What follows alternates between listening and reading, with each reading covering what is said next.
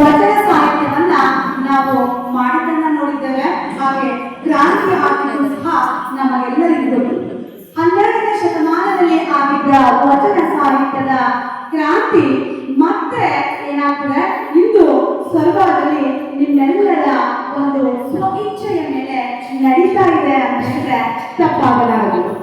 ಈಗಿನ ಸಮಾಜದ ಪರಿಸ್ಥಿತಿಯಲ್ಲಿ 4 ಜನರನ್ನ ಒಂದು ಬದಿಯಲ್ಲಿಟ್ಟು ನಾವು ಏನ್ ಮಾಡಬೇಕಾಗಿದೆ, ಒಂದು ವಿಷಯವನ್ನ ಅರ್ಥ ಮಾಡಿಸುವಂತಹ ಸ್ಥಿತಿ ಎಷ್ಟು ಗಂಭೀರವಾದದ್ದು ಅನ್ನೋದು ನಮ್ಮೆಲ್ಲರಿಗೂ ಗೊತ್ತಿರುವಂಥದ್ದು.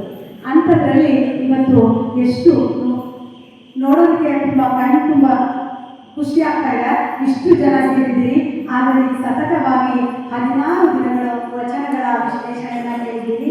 ಹಾಗಿದ್ರೆ ನಾನು ಅನ್ಬಹುದು, ನಾನು ಏನೂ ಅರಿತಿಲ್ಲ, ಅರಿತವರು ಕೇವಲ ನೀವಷ್ಟೇ. ಯಾಕಂದ್ರೆ ಸತತವಾಗಿ 16 ದಿನಗಳವರೆಗೆ ವಚನವನ್ನ ಕೇಳಿ ಶರಣರ ಅನುಭವಗಳನ್ನ ನೀವು ಆನಂದಿಸಿದ್ದೀರಿ, ನೀವು ಅನುಭವಿಸಿದ್ದೀರಿ. ಅನುಭವಗಳನ್ನ ಪಡಿತಾ ನಿಮ್ಮ ಜೀವನದ ಸಾರ್ಥಕತೆಯ ಹೆಜ್ಜೆಯನ್ನ ಇಡ್ತಾ ಇದ್ದೀರಿ. ಹಾಗಾಗಿ ಈ ವೇದಿಕೆಯ ಮೇಲೆ ನಾನು ನಿಂತಿದ್ದೇನೆ ಅಷ್ಟೇ. ಆದರೆ ಎಲ್ಲ ವಿಷಯದ ವಿಚಾರ, ಎಲ್ಲ ವಿಷಯದ ಅನುಭವ ನಿಮಗೆ ಜಾಸ್ತಿ ಇದೆ ಅನ್ನೋದನ್ನ ನಾನು ಮನಸಾರೆ ಒಪ್ಪಿಕೊಂಡು ನನ್ನ ಸಣ್ಣ ಕೆಲವು ಮಾತುಗಳನ್ನ ನಿಮ್ಮ ಮುಂದೆ ಪ್ರಸ್ತುತಪಡಿಸುತ್ತಿದ್ದೇನೆ. ಈ ದಿನ ನನಗೆ ದೇವರ ರೂಪದಲ್ಲಿ ಭೂಮಿಗೆ ಇಳಿದಂತಹ ಅಲ್ಲಮ ಪ್ರಭುಗಳ ಒಂದು ವಚನವನ್ನ ವಿಶ್ಲೇಷಣೆ ಮಾಡುವಂತಹ ಸೌಭಾಗ್ಯ ನನ್ನ ಪಾಲಿಗೆ ದೊರೆತು ಬಂದಿದೆ. ಅಲ್ಲಮ ಪ್ರಭು ಅವರು ಎಲ್ಲೋ ಬೇರೆ ದೂರದಿಂದ ಬಂದವರಲ್ಲ, ನಮ್ಮ ಭಾರತ ದೇಶದಲ್ಲಿ ಎಷ್ಟು ಸಂಸ್ಕಾರ, ವಿಚಾರ, ಸಂಸ್ಕಾರ ಇದೆ ಅಂತ ಹೇಳಿದ್ರೆ ಅದಕ್ಕಾಗಿ ನಾವು ಅದನ್ನ ಹಿಂದೂ ಸಮಾಜ ಮತ್ತೆ ಹಿಂದೂಸ್ತಾನ ಅಂತ ಹೇಳಿ ಕರೀತೇವೆ. ಇಲ್ಲಿ ಇಡೀ ಜಗತ್ತನ್ನೇ ಮತ್ತೊಮ್ಮೆ ಹೊರಳಿ ನೋಡುವಂತೆ ಮಾಡುವಂಥದ್ದು ನಮ್ಮ ಕರ್ನಾಟಕ ರಾಜ್ಯ. ಕರ್ನಾಟಕ ರಾಜ್ಯದಲ್ಲಿ ಗಲ್ಲಿ ಗಲ್ಲಿಯಲ್ಲೂ ಸಹ ಶಿವಶರಣ ಭಕ್ತರನ್ನ ನೋಡ್ತಾ ಬಂದಿದ್ದೇವೆ. 12ನೇ ಶತಮಾನದಲ್ಲಿ ನಿಮಗೆಲ್ಲರಿಗೂ ಗೊತ್ತಿದೆ, ಅಲ್ಲಿ ಬಸವಣ್ಣನವರು ಅನುಭವ ಮಂಟಪದಲ್ಲಿ ಯಾವ ಜಾತಿಯನ್ನ ನೋಡದೆ ಕಸಗುಡಿಸುವಂತವರು, ಈಗ ವಚನವನ್ನ ಕೇಳಿದ್ರಲ್ಲ, ಕಸಗುಡಿಸುವಂತಹ ಸತ್ಯಕ್ಕನಿಂದ ಹಿಡಿದು ಅಡಿಗೆ ಮಾಡುವಂತಹ ವೀರಭದ್ರಪ್ಪನಿಂದ ಹಿಡಿದು ಬರುವಂತಹ ಮಾಚಯ್ಯ ಎಲ್ಲರನ್ನ ತನ್ನ ಸಮಾನರಾಗಿ ನೋಡಿ ತನ್ನ ಇರುವಂತಹ ಜ್ಞಾನವನ್ನ ಹಂಚಿ ತನ್ನ ಸಮಾನತೆಯನ್ನ ಕೊಟ್ಟಂತವರು ನಮ್ಮ ಜಗಜ್ಯೋತಿ ಬಸವಣ್ಣನವರು. ಇಂತಹ ಹಲವಾರು ವಚನಕಾರರನ್ನ ಮತ್ತೆ ಜ್ಞಾನವಂತರನ್ನ, ತತ್ವಜ್ಞಾನಿಗಳನ್ನ ನಾವು ಕಂಡಿದ್ದೇವೆ. ಅದರಲ್ಲಿ ಅಲ್ಲಮ ಪ್ರಭುಗಳು ನಮ್ಮ ಊರ ಹತ್ತಿರ ಇರುವಂತಹ ಶಿಕಾರಿಪುರ ತಾಲೂಕಿನ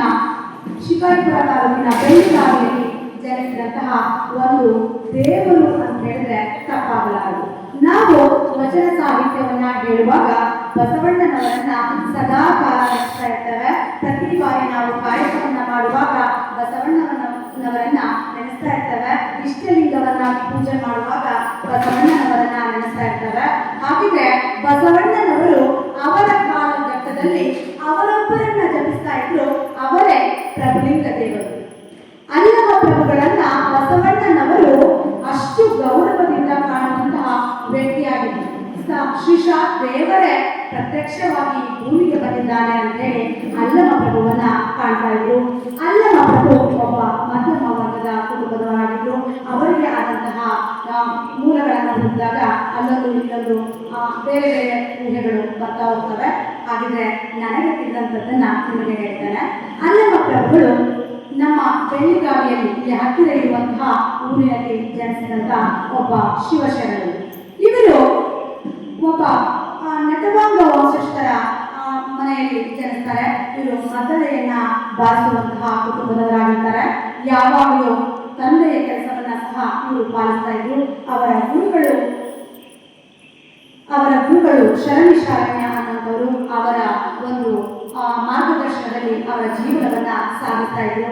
ಹೀಗೆ ಮಗು ದೇವರ ಆಶೀರ್ವಾದದಿಂದ ತಾಯಿ ಸುಜ್ಞಾನ ದೇವಿ ನಾರಂಕಾರ ಅನ್ನುವಂತಹ ಇಬ್ಬರ ದಂಪತಿಗಳಿಗೆ ಜನಿಸಿದಂತಹ ಒಬ್ಬ ಶ್ರೇಷ್ಠ ಶರಣ ಅಲ್ಲಮ ಪ್ರಭುಗಳು. ಇವರು ಹುಟ್ಟಿದಾಗಿನಿಂದಲೂ ದೇವರ ಕಾರ್ಯ, ದೈವ ಭಕ್ತಿಯಲ್ಲಿ ಮಗ್ನರಾದವರು. ಇವರು ಯಾವಾಗಲೂ ದೇವರನ್ನ ಕಾಣುವ ಹುಚ್ಚಿನಲ್ಲಿ, ಅದನ್ನ ಹುಚ್ಚು ಅಂದ್ರೂ ಸಹ ಸಾಲು, ಅವರು ಪ್ರತಿದಿನ ನಾನು ದೇವರನ್ನ ಕಾಣಬೇಕು, ಶಿವನನ್ನ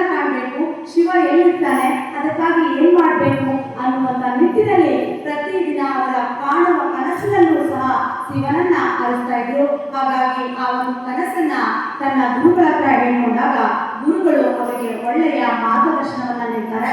ಆ ಒಂದು ಕಾಲಘಟ್ಟದಲ್ಲಿ ನಮ್ಮ ಸಮಾಜಕ್ಕೆ ಉತ್ತಮ ಧರ್ಮ ಪ್ರಚಾರಕರು ಬೇಕು, ಹಾಗೆ ಧರ್ಮ ಪೀಠಗಳನ್ನ ಕೊಡುವಂತ ಒಬ್ಬ ಶಕ್ತಿಯುತ ಮನುಷ್ಯ ಬೇಕು ಅಂದಾಗ ಗುರುಗಳ ಮಾರ್ಗದಂತೆ ಅವರು ದೇವರನ್ನ ಕಾಣುವ ಯೋಚನೆಯಲ್ಲಿ ಮಗ್ನರಾಗಿದ್ದರು. ಹೀಗೆ ಮಕ್ಕಳಿರ್ಬೇಕಾದ್ರೆ ವಯಸ್ಸನ್ನ ಕಳೀತಾ ಬಂದು ಯವನ ಅವಸ್ಥೆಗೆ ಬಂದು ಮನೆಯಲ್ಲಿ ತಂದೆ ತಾಯಿಗಳು ಏನ್ ಮಾಡುದು ಅಂದ್ರೆ ಎಲ್ಲರೂ ನಮಗೆ ಇರುವಂತ ವಿಚಾರ ಅಂದ್ರೆ ಯವನ ಅವಸ್ಥೆಗೆ ಬಂದ ಮಗುವಿಗೆ ಒಂದು ಮದುವೆಯನ್ನ ಮಾಡಬೇಕು. ನಾವು ತಂದೆ ತಾಯಿ ಆದವರು ಮಗನನ್ನ ಮಗು ಅಂತಾನೆ ಕರೀತಾ ಇರ್ತೀವಿ. ಎಲ್ಲಿಯವರೆಗೆ ನಮ್ಮ ಪ್ರೀತಿ ಅವರು ಎಷ್ಟು ದೊಡ್ಡ ಬೆಳೆದಾದ್ರೂ ಸಹಿತ ಅದು ಸಾಗುತ್ತಲೇ ಇರುತ್ತೆ. ಹಾಗಾಗಿ ಯವನ ಅವಸ್ಥೆ ಬಂದಂತ ಪ್ರಭುದೇವರನ್ನ ಮದುವೆಗೆ ಅಣಿಗೊಳಿಸ್ತಾ ಇದ್ರು. ಆದರೆ ಪ್ರಭುದೇವರ ಚಿತ್ತ ಎಲ್ಲರನ್ನ ಬಿಟ್ಟು ಎಲ್ಲಿತ್ತು? ದೇವರ ಕಡೆ ಇತ್ತು. ದೇವರನ್ನ ಕಾಣಬೇಕು, ನಾವು ಶಿವನನ್ನ ಕಾಣಬೇಕು ಅಂದ್ರೆ ಏನು ಮಾಡಬೇಕು ಅನ್ನುವ ಹಂಬಲದಲ್ಲಿ ಪ್ರಭುದೇವರಿದ್ರು. ಇವರು ಮೊದಲಿಗೆ ಪ್ರಭುದೇವ ಅನ್ನುವಂತ ನಾಮಕರಣದಿಂದ ಜನಿಸಿದಂಥವರು. ಇವರು ಮುಂದೊಂದು ದಿನ ಗುರುಗಳ ಆಶೀರ್ವಾದದಿಂದ ಮನೆಯನ್ನ ರಾತ್ರೋರಾತ್ರಿ ತಂದೆ ತಾಯಿಯನ್ನ ತೊರೆದು ಮನೆಯನ್ನ ತೊರೆದು ತನ್ನ ಚಿತ್ತದಲ್ಲಿ ಬಂದಂತಹ ದೇವರನ್ನ ಕಾಣುವ ರೂಪದ ಆಸೆಗೆ ಹೊರಡ್ತಾರೆ. ಹೀಗೆ ಹೊರಡುವಾಗ ಈಗಿನ ತರ ಕಾರು ಬೈಕು ಸೈಕಲು ಆ ಥರದೆಲ್ಲ ವ್ಯವಸ್ಥೆ ಇರಲಿಲ್ಲ. ಆಗ ಏನೇ ಸೇವೆ ಮಾಡಬೇಕು ಅಂತಿದ್ರು ಪಾದಯಾತ್ರೆಗಳನ್ನ ಕೈಗೊಳ್ಳಬೇಕಾಗಿತ್ತು. ಪಾದಯಾತ್ರೆಯನ್ನ ಮಾಡುವಾಗ ಪ್ರಭುದೇವರು ಬರುವಂತಹ ಅನುಭವಗಳನ್ನ ಬರುವಂತಹ ಅಂಕುಡೊಂಕುಗಳನ್ನ ತಮ್ಮದೇ ಆದ ಮಾತುಗಳಿಂದ ಸಮಾಜದಲ್ಲಿ ವಿದ್ಯುತ ದಾಟಬಹುದು. ಹೀಗೆ ಹೋಗ್ತಾ ಇರಬೇಕಾದ್ರೆ ಬಳ್ಳಿಗಾವಿಯಿಂದ ಮನೆಯನ್ನ ಕುರಿತು ಹೋಗ್ತಾ ಅವರು ಹೋಗಿದ್ದು ಬನವಾಸಿಯ ಮಧುಕೇಶ್ವರ ದೇವಸ್ಥಾನಕ್ಕೆ ಅವರು ತಂಗ್ತಾರೆ. ಅಲ್ಲಿ ತಂದಿದ ತಕ್ಷಣ ಒಂದು ದಿನ ಕಳೀತಾರೆ. ಕಳೆದು ರಾತ್ರಿ ಪ್ರಸಾದ ಸೇವೆ ಇರುತ್ತೆ. ಆ ಪ್ರಸಾದ ಸೇವೆಯನ್ನ ಮುಗಿಸಿಕೊಂಡು ಇನ್ನೇನು ಹೊರಡಬೇಕು ಅನ್ನುವಷ್ಟರಲ್ಲಿ ಆ ಒಂದು ಪ್ರಸಾದ ಸೇವೆಯನ್ನ ಮಾಡಿದಂಥ ವ್ಯಕ್ತಿ ಇವರಿಗೆ ಪರಿಚಯವಾಗ್ತಾರೆ. ನೀವು ಯಾರು ಸ್ವಾಮಿಗಳೇ, ನೀವು ಯಾಕೆ ಇಲ್ಲಿ ಬಂದಿದ್ದೀರಿ ಅಂತೇಳಿ ವಿಚಾರಿಸ್ತಾರೆ. ಆಗ ಅವರು ಸಹ ಪ್ರಭುಗಳು ಹೇಳ್ತಾರೆ, ನಾನು ಮದುವೆಯೇ ಜೀವನವಲ್ಲ, ಮಕ್ಕಳು ಮಾಡುವಂಥದ್ದು ಜೀವನವಲ್ಲ, ನಾನು ದೇವರನ್ನ ಕಾಣಬೇಕಿದೆ, ನಾನು ದೇವರು ಎಲ್ಲಿದ್ದಾನೆ ಎಂಬುದನ್ನ ಅರಿಸಿ ಹೊರಟಿದ್ದೇನೆ, ಇದೆಲ್ಲ ಜೀವನ ಅಲ್ಲ ಅನ್ನುವಂಥ ಒಂದು ಕಾರಣಕ್ಕಾಗಿ ಅವರು ಮುಂದೆ ಯಾವುದೂ ಅಲ್ಲ, ದೇವರೊಬ್ಬನೇ ಶಾಶ್ವತ ಅನ್ನುವಂಥ ಒಂದು ನಿರ್ಧಾರದ ಮೇಲೆ ನಡೆಯುವುದಕ್ಕಾಗಿ ಅವರಿಗೆ ಪ್ರಭುದೇವ ಅನ್ನುವಂಥ ಹೆಸರು ಅಲ್ಲಮ ಪ್ರಭುದೇವ ಅನ್ನುವಂಥದ್ದಾಗಿದೆ. ಹೀಗೆ ಅವರು ಪ್ರಸಾದ ನೀಡುವಂತಹ ಆ ಒಬ್ಬ ವ್ಯಕ್ತಿಯ ಜೊತೆಗೆ ತಮ್ಮ ಅನುಭವಗಳನ್ನ ಹೇಳ್ತಾ ಇದ್ರು. ನಾನು ಜೀವನ ಪೂರ್ತಿ ಪ್ರೀತಿ ಮಮಕಾರವನ್ನ ಕೊಡುವಂತ ತಂದೆ ತಾಯಿಯನ್ನ ತೊರೆದು ಇಲ್ಲಿಗೆ ನಾನು ಬಂದಿದ್ದೇನೆ, ನಾನು ಶಿವನನ್ನ ಅರಸಿ ಹೊರಟಿದ್ದೇನೆ ಅಂತ ಹೇಳಿದ್ರು. ಹಾಗಿದ್ರೆ ನಾನು ಇದನ್ನ ಉಳ್ಕೊಳ್ತೇನೆ, ನಾನು ಬೆಳಗ್ಗೆ ಹೋಗ್ತೇನೆ. ಆಗ ಪ್ರಸಾದ ಸೇವೆಯನ್ನ ಮಾಡಿದಂತ ವ್ಯಕ್ತಿ ಹೇಳ್ತಾರೆ, ನೀವು ಬೆಳಗ್ಗೆ ಇಲ್ಲಿ ತಂಗುವಂತಿಲ್ಲ, ನೀವು ಬೆಳಗ್ಗೆ ಇಲ್ಲಿಂದ ಜಾಗವನ್ನ ನಿರ್ಗಮಿಸಬೇಕು ಅಂತ ಹೇಳ್ತಾರೆ. ಆಗ ಪ್ರಭುದೇವರಿಗೆ ಪ್ರಶ್ನೆಗಳು, ಯಾಕೆ ಇದು ದೇವಸ್ಥಾನ ಎಲ್ಲರಿಗೂ ಸೇರತಕ್ಕದ್ದು, ಇಲ್ಲಿ ಶಿವನ ಧ್ಯಾನವನ್ನ ಮಾಡ್ತಾ ಇದ್ದಾರೆ, ನಾನ್ಯಾಕೆ ಇಲ್ಲಿಂದ ನಿರ್ಗಮಿಸಬೇಕು ಅಂತ ಕೇಳ್ತಾರೆ. ಆಗ ಆ ವ್ಯಕ್ತಿ ಹೇಳ್ತಾರೆ, ಇಲ್ಲಿ ಮಮಕಾರ ಭೂಪಾಲ ಮತ್ತು ಮೋಹಿನಿ ದೇವಿ ಇವರಿಬ್ಬರ ದಂಪತಿಗೆ ಒಬ್ಬ ಏಕೈಕ ಪುತ್ರಿ ಇದ್ದಾಳೆ, ಅವಳೇ ಮಾಯಾದೇವಿ. ಇವಳು ಅಪ್ರತಿಮ ಸುಂದರಿ, ನೋಡುವುದಕ್ಕೆ ಎರಡು ಕಣ್ಣು ಸಾಗು ಅಂತ ಹೇಳ್ತೀವಲ್ಲ, ಅಷ್ಟು ಸುಂದರವಾದಂತಹ ಸೌಂದರ್ಯವುಳ್ಳವಳು ಮಾಯಾದೇವಿ. ಅವಳು ಸಹ ಅಂದ್ಕೊಂಡಿದ್ದು, ನನ್ನ ಮಾಯೆಗೆ ಯಾರು ಬಗ್ಗದವರಿಲ್ಲ, ನನ್ನ ಮಾಯೆಗೆ ಮನಸೋಲದವರಿಲ್ಲ ಅಂತೇಳಿ ತನ್ನ ಒಂದು ನಿಷ್ಠೆಯನ್ನ, ತನ್ನ ಕಾಯಕವನ್ನ ದೇವಿಗೆ ಅರ್ಪಿಸ್ತಾ ಇದ್ಲು. ಹೀಗೆ ಮಮಕಾರ ಭೂಪಾಲ ಮತ್ತೆ ಮೋಹಿನಿ ದೇವಿಯವರು ದೇವರನ್ನ ಅವಳ ಭವಿಷ್ಯವಾಗಿ ಕೇಳಿದಾಗ ಅವರು ಹೇಳಿದ್ರು, ಮಾಯಾದೇವಿಗೆ ದೇವರೇ ಸಾಕ್ಷಾತ್ ಗಂಡನಾಗಿ ಬರ್ತಾನೆ, ಮಧುಕೇಶ್ವರನೇ ದೇವರಾಗಿ ಬರ್ತಾನೆ. ಹಾಗಾಗಿ ಪ್ರತಿದಿನ ನೀನು ಆ ಮಾಯಾದೇವಿ ದೇವಸ್ಥಾನದ ಮಧ್ಯಭಾಗದಲ್ಲಿ ನೃತ್ಯ ಸೇವೆಯನ್ನ ಸಲ್ಲಿಸಿ, ಒಳ್ಳೆಯ ನೃತ್ಯಗಾತಿಯಾಗಿರ್ತಾಳೆ, ನೃತ್ಯ ಸೇವೆಯನ್ನ ಸಲ್ಲಿಸ್ತಾ ತಾನು ಮಧುಕೇಶ್ವರ ತನ್ನ ಗಂಡನಾಗಿ ಬರ್ತಾನೆ ಅನ್ನುವಂಥ ಒಂದು ದೀರ್ಘವಾದಂತಹ ಯೋಚನೆಯಲ್ಲಿ ಮಾಯಾದೇವಿ ಆ ಒಂದು ದಿನದಲ್ಲಿ ನಮ್ಮ ಪ್ರಭುದೇವರು ಸಹ ಆ ಒಂದು ಮಧುಕೇಶ್ವರ ದೇವಸ್ಥಾನದಲ್ಲಿದ್ದು ಅವರು ತಮ್ಮ ಜೊತೆಗೆ ತಾವು ಬಾರಿಸ್ತಿದ್ದ ಮದ್ದಳೆಯನ್ನ ತೆಗೆದುಕೊಂಡು ಬಂದರು. ಆ ದಿನ ನೃತ್ಯ ಸೇವೆ ಸಲ್ಲಿಸ್ತಾ ಇದ್ದ ಮಾಯಾದೇವಿ ತನ್ನ ಚೌಕಟ್ಟಿನಲ್ಲಿ ಇದ್ದು ಅದೇ ದೇವಸ್ಥಾನದ ಹೊರಗಡೆ ಭಾಗದಲ್ಲಿ ಪ್ರಭುದೇವರು ಕೂತಿದ್ರು. ಅವರು ನೃತ್ಯ ಸೇವೆ ಮಾಡುವಾಗ ಪ್ರಭುದೇವರು ಮದ್ದಳೆಯನ್ನ ನುಡಿಸೋದಕ್ಕೆ ಶುರು ಮಾಡಿದ್ರು. ನೃತ್ಯ ಸೇವೆಯಲ್ಲಿ ಅಲ್ಲಿ ಚಿರಪಚಿರ ಪರಿಸರ ಆದವಳು ಇವಳನ್ನ ಸೋಲಿಸುವವರು ಯಾರೂ ಇರಲಿಲ್ಲ. ಆದರೆ ನಮ್ಮ ಪ್ರಭುದೇವರು ಮದ್ದಳೆಯನ್ನ ನುಡಿಸುವ ನಾದಕ್ಕೆ ತನ್ನ ಹೆಜ್ಜೆಗಳನ್ನ ಸರಿಸಿದವಳು ನಾದ ನೃತ್ಯಗಾತಿ ಮಾಯಾದೇವಿ. ಇವಳು ನೃತ್ಯವನ್ನ ಮಾಡ್ತಾನೆ ಇದ್ಲು, ತನ್ನ ದೇಹವನ್ನ ಮಾಡೋದು ದಂಡಿಸ್ತಾನೆ ಇದ್ಲು. ಎಷ್ಟು ದಂಡಿಸಿದ್ರು ಸಹಿತ ಮದ್ದಳೆ ನಾದ ಕಿವಿಗೆ ತಾಕ್ತಾನೆ ಇತ್ತು. ಹಾಗಾಗಿ ಮದ್ದಳೆ ನಾದ ನಿಲ್ಲತ್ತೋ ಅಥವಾ ನನ್ನ ನೃತ್ಯ ನಿಲ್ಲತ್ತೋ ಅನ್ನುವಂಥ ಸ್ಪರ್ಧೆಗೆ ಇದ್ದು ನೃತ್ಯ ಮಾಡಿದಂಥ ಮಾಯಾದೇವಿ ಕೊನೆಗೆ ನೆಲಕ್ಕೆ ತಗಲೇಬೇಕಾಗುತ್ತೆ, ನೆಲಕ್ಕೆ ಬೇಕು. ಆಗ ಅವರಿಗೆ ಅನಿಸಿತು, ಯಾರಿಗೂ ಮದ್ದಳೆ ನುಡಿಸುವಂಥವರು ಇಷ್ಟು ನನ್ನ ನೃತ್ಯವನ್ನೇ ಸೋಲಿಸುವಷ್ಟು ಇಷ್ಟು ಇಂಪಾಗಿ ಮದ್ದಳೆಯನ್ನ ನುಡಿಸಿದ್ದಾರಲ್ಲ ಅನ್ನುವಂಥ ಅವಳ ಚಿತ್ರವನ್ನ ಪ್ರಭುದೇವರ ಹತ್ತಿರ ಏನ್ ಮಾಡ್ತಾಳೆ, ಕಳಿಸ್ತಾಳೆ. ಆಗ ತನ್ನ ಶಿಷ್ಯಂದಿರಿಗೆ ಹೇಳ್ತಾಳೆ, ಅವ್ರು ಯಾರು ಕರೆದುಕೊಂಡು ಬನ್ನಿ ಅಂತೇಳಿ. ಅವರು ಸಹ ಬರ್ತಾರೆ. ಹೀಗೆ ಪರಿಚಯವಾಗುತ್ತೆ. ಶಿಷ್ಯಂದಿರಿಗೆ ಹೆಸರನ್ನ ಹೇಳೋದಕ್ಕೆ ಅಲ್ಲಮ ಪ್ರಭುಗಳು ಎಷ್ಟು ಕಾಣಿಸ್ತಾರೆ ಅಂದ್ರೆ, ಯಾರು ನೀವು, ನಾನು ಅನ್ನುವಂಥದ್ದೇನಿದೆ, ನಾನು ಭಗವಂತನನ್ನ ಅರಸಿ ಹೊರಟವ, ಅದೆಲ್ಲ ನನಗೆ ಪುರಾಣ ಬೇಡ, ನಿನ್ನ ಹೆಸರೇನು ಅನ್ನುವಂಥ ಶಿಷ್ಯ ಕೇಳ್ತಾಳೆ. ಕೊನೆಗೆ ಅವ್ರು ಹೇಳ್ತಾರೆ, ನಾನು ಪ್ರಭುದೇವ, ನಾನು ಎಲ್ಲವನ್ನ ಕೊಟ್ಟಿದ್ದೇನೆ, ಯಾವುದೂ ಅಲ್ಲ ಜೀವನ, ಶಿವನನ್ನ ಕಾಣುವಂಥದ್ದು ಅನ್ನುವಂಥದ್ದನ್ನ ಹೇಳ್ತಾರೆ. ಆದ ನಂತರ ಅಲ್ಲಮ ಪ್ರಭುಗಳು ಒಳಗಡೆ ಬಂದ ತಕ್ಷಣ ಮಾಯಾದೇವಿ ಅಪ್ಪನ ಒಂದು ಇಂಟಿಯನ್ನು ನಾನು ಹೇಳ್ತೀವಲ್ಲ ಹಾಗೆ ಅವಳು ಆ ಒಂದು ಮದ್ದಳೆಯ ಗಾನಕ್ಕೆ ಅವರ ಮುಖದ ಕಾಂತಿಗೆ ಮನಸೋತು ಮಾಯಾದೇವಿ ಅವಳನ್ನ ತನ್ನ ರಾಜರ ಆಸ್ಥಾನಕ್ಕೆ ಬರಮಾಡಿಕೊಳ್ತಾಳೆ. ಬರಮಾಡಿಕೊಂಡು ಅಲ್ಲಿ ಅವರಿಗೆ ಪ್ರಭುದೇವರಿಗೆ ಆಶ್ರಯವನ್ನ ಕೊಡೋದಕ್ಕೆ ಹೇಳ್ತಾರೆ. ಒಂದು ದಿನ ಕಳೆಯುತ್ತೆ. ತಂದೆಯವರ ಆಜ್ಞೆಯಂತೆ, ತಂದೆ ಏನೇನು ಹೇಳ್ತಾರಲ್ಲ ಅದರ ಆಜ್ಞೆಯಂತೆ ಎಲ್ಲ ಅಲ್ಲಿ ಉಪಚಾರಗಳು ನಡೀತಾ ಇತ್ತು. ಒಂದು ದಿನ ಮಾಯಾದೇವಿ ದಿನಗಳು ಕಳೆದಂತೆ, ಒಂದು ದಿನ 2 ದಿನ ಕಳೆದಂತೆ ಮಾಯಾದೇವಿ ಅಪ್ಪನಿಗೆ ಹೇಳ್ತಾಳೆ, ನನ್ನ ನೃತ್ಯಕ್ಕೆ ಮದ್ದಳೆ ನುಡಿಸುವಂಥವರು ಈ ಅಲ್ಲಮ ಪ್ರಭುಗಳಾಗಬೇಕು ಅಂತೇಳಿ. ಆ ಕಾರಣಕ್ಕೆ ಅಲ್ಲಮ ಪ್ರಭುಗಳು ಸಹ ದಿನಗಳು ಕಳೆಯಬೇಕಿತ್ತಲ್ಲ, ಹಾಗಾಗಿ ಅವರು ಸಹ ಒಪ್ಕೊಂಡು ದಿನಗಳು ಕಳೀತಾ ಹೋಯಿತು.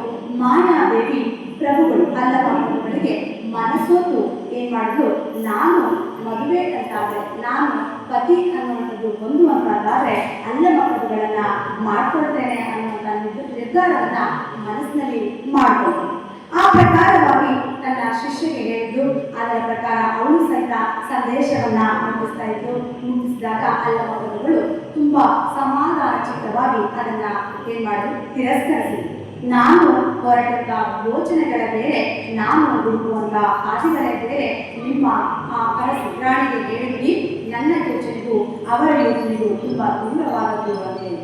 ಆದರೂ ಸಹಿತ ಮಾಯಾದೇವಿಗೆ ಒಂದು ಅಹಂಕಾರವಿತ್ತು. ಏನು, ನಾನು ತುಂಬಾ ಸುಂದರಿ, ನನಗೆ ಮಾಯ ಆಗದೆ ಇರುವಂಥವ್ರು ಅಥವಾ ನನಗೆ ಮನಸ್ಸೋಲೆ ಇರುವಂಥವ್ರು ಯಾರೂ ಇಲ್ಲ, ಎಲ್ಲರನ್ನ ನಾನು ಧಿಕ್ಕರಿಸಿದ್ದೇನೆ, ನನ್ನನ್ನು ಧಿಕ್ಕರಿಸುವಂತ ಎಷ್ಟು ಇರ್ಬೋದು ಇವ್ರ ಹತ್ರ ಅಂತೇಳಿ ಅವಳೇನು ಮಾಡ್ತಾಳೆ, ಎಷ್ಟು ಹತ್ತಿರ ಹೋಗ್ತಾಳೆ. ಹೋಗಿ ಅಲ್ಲಮ ಪ್ರಭುಗಳ ಕಣ್ಣಲ್ಲಿ ಕಣ್ಣಿಟ್ಟು ನೋಡ್ತಾಳೆ. ನೀವು ಯೋಚನೆ ಮಾಡಿ, ಯಾರಾದರೂ ಪುರುಷರಾದ್ರೆ ಒಂದು ಸುಂದರವಾದ ಹೆಣ್ಣು ಬಂದಾಗ ಒಂದು ಕ್ಷಣವಾದರೂ ಮನಸ್ಸನ್ನ ಏನ್ ಮಾಡ್ತಾರೆ, ಚಂಚಲವಾಗಿಸ್ತಾರೆ ಅಲ್ವಾ? ಅದು ನಮಗೆ ಗೊತ್ತಿರುವಂಥದ್ದು.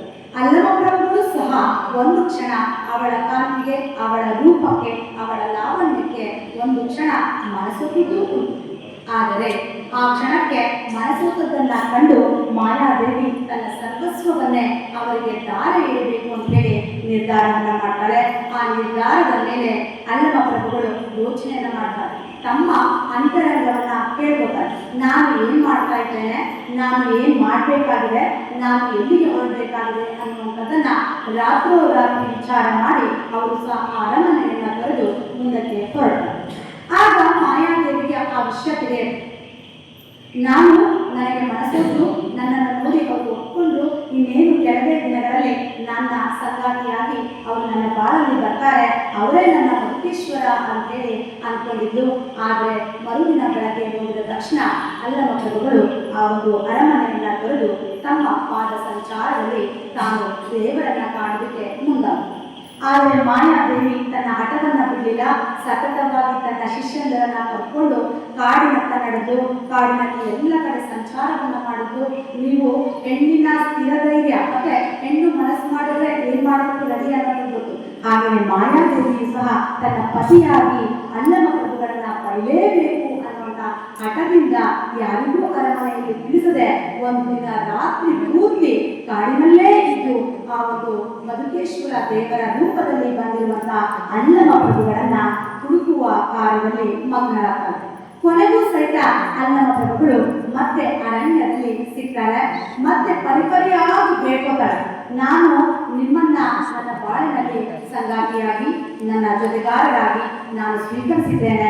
ಮನಸ್ಪೂರ್ವಕವಾಗಿ ನನ್ನ ಜೀವ ಇರುವವರೆಗೂ ನೀವೇ ನನ್ನ ಪತಿದೇವ ಅಂತ ಹೇಳಿ ಅಂಗಲಾಚಿ ಬೇಡ್ಕೋತಾಳೆ.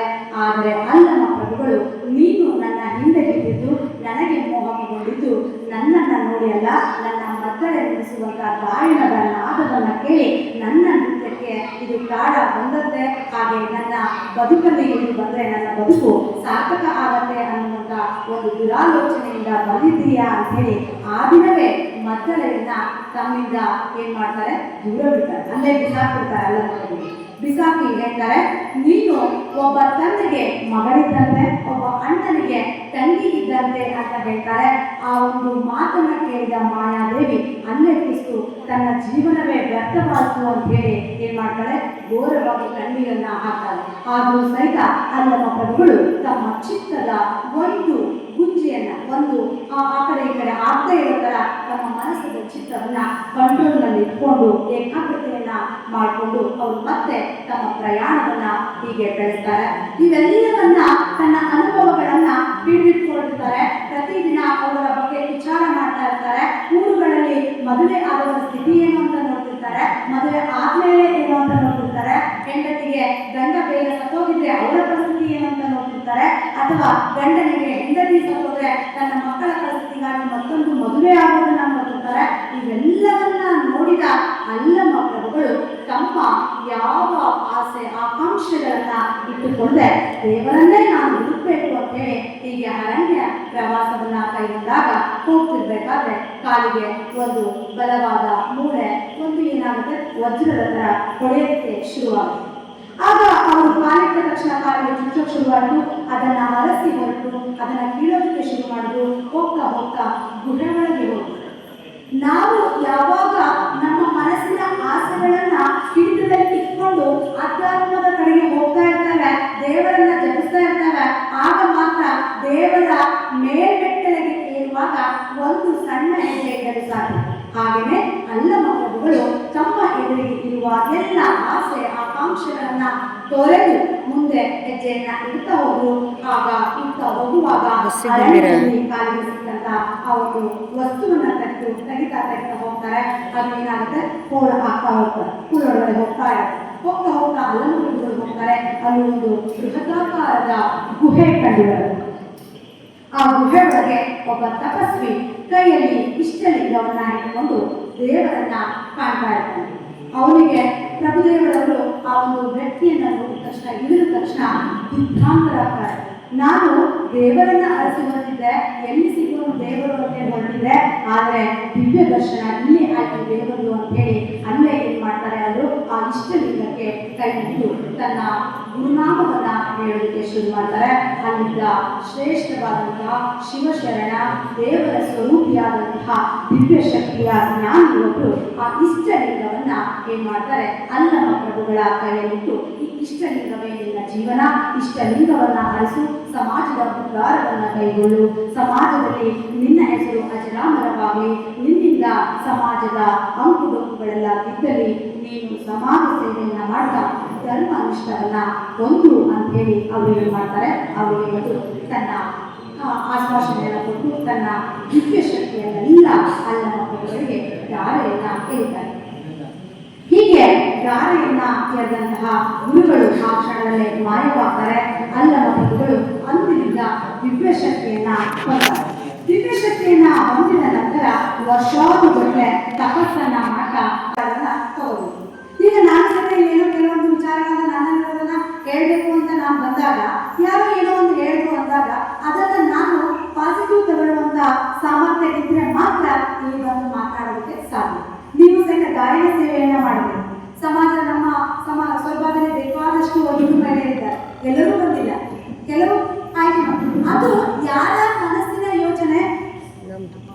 ಅವರದೇ.